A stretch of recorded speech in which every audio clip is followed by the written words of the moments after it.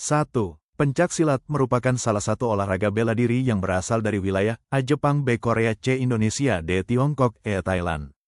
2. Sikap dasar yang digunakan untuk menjaga keseimbangan tubuh dalam pencaksilat disebut A. Sikap pasang, B. Sikap hormat, C. Sikap istirahat, D. Sikap duduk, E. Sikap bebas. 3. Gerakan memindahkan posisi kaki untuk mengatur posisi tubuh dalam pencaksilat disebut A. Elakan, B. Langkah, C. Tangkisan, D. Pukulan, E. Tendangan. 4.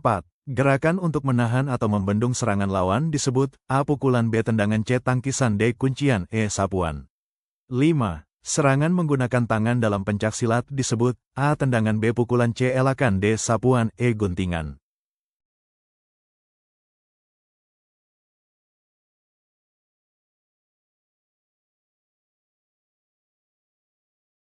6. Serangan yang menggunakan kaki disebut A. Pukulan, B. Tangkisan, C. Tendangan, D. Kuncian, E. Hindaran.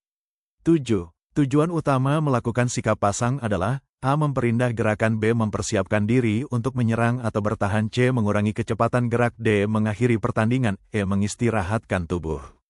8. Ketika lawan melakukan pukulan lurus ke arah wajah, tindakan yang paling tepat untuk menghindari serangan tersebut adalah A. Berdiri diam, B. Melakukan elakan atau tangkisan, C. Membelakangi lawan, D. Menutup mata, E. Duduk di tempat.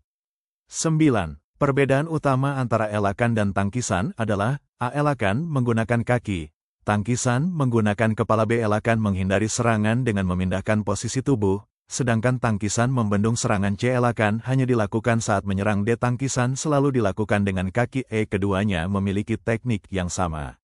10. Seorang pesilat melakukan tendangan dengan arah lurus ke depan menggunakan telapak kaki. Teknik tersebut dikenal sebagai A. Tendangan samping, B. Tendangan belakang, C. Tendangan depan, D. Tendangan melingkar, E. Tendangan sabit.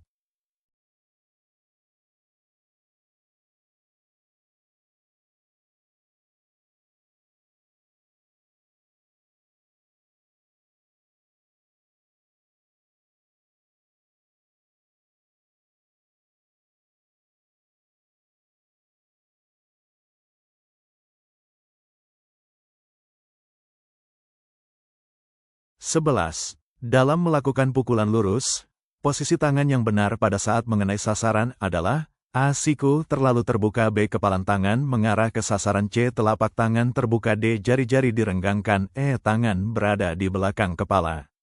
12. Seorang pesilat memiliki pukulan yang kuat, tetapi sering kehilangan keseimbangan setelah melakukan serangan. Perbaikan yang paling tepat adalah A. Menambah kekuatan pukulan saja, B. Mengurangi latihan kaki, C. Melatih keseimbangan dan koordinasi gerak, D. Mengurangi latihan fisik, E. Selalu menyerang tanpa bergerak. 13. Fungsi pola langkah dalam pencaksilat yang paling tepat adalah A. Mengatur arah dan posisi tubuh saat bergerak, B. Memperlambat gerakan pesilat, C. Menghindari semua bentuk latihan, D. Hanya digunakan saat pemanasan, E. Menggantikan fungsi sikap pasang.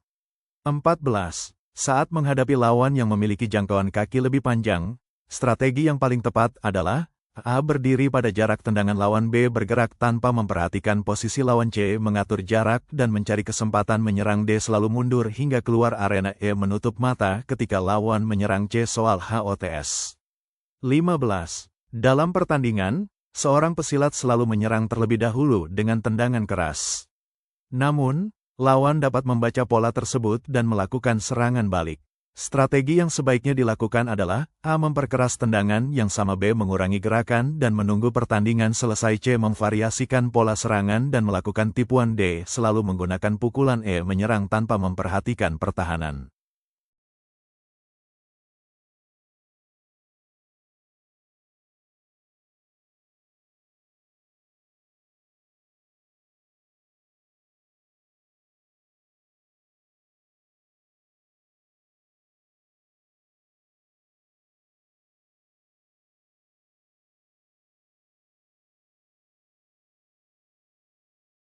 Perhatikan situasi berikut. 16.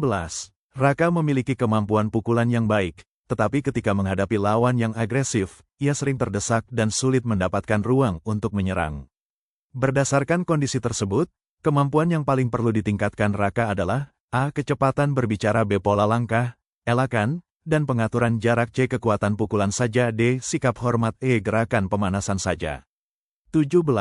Dua pesilat memiliki kemampuan fisik yang hampir sama.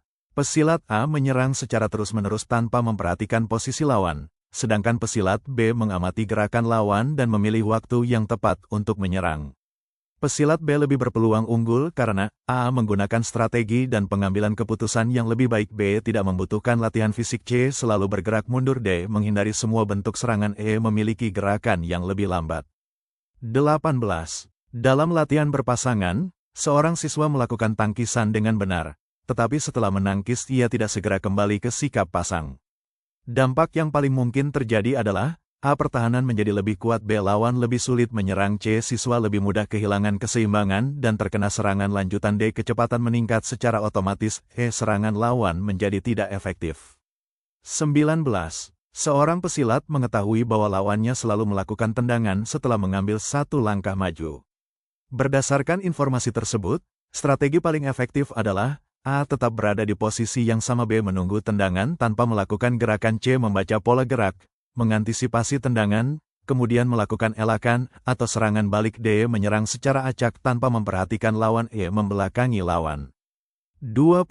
Dalam suatu pertandingan, seorang pesilat unggul dalam teknik menyerang tetapi memiliki stamina yang rendah. Jika pertandingan berlangsung dalam beberapa babak, strategi yang paling tepat adalah A. Menyerang maksimal sejak awal tanpa mempertimbangkan stamina. B. Menggunakan energi secara efisien, mengatur tempo, dan memilih serangan yang efektif. C. Tidak melakukan serangan sama sekali. D. Selalu menggunakan tendangan keras. E. Mengabaikan kondisi fisik sampai pertandingan selesai.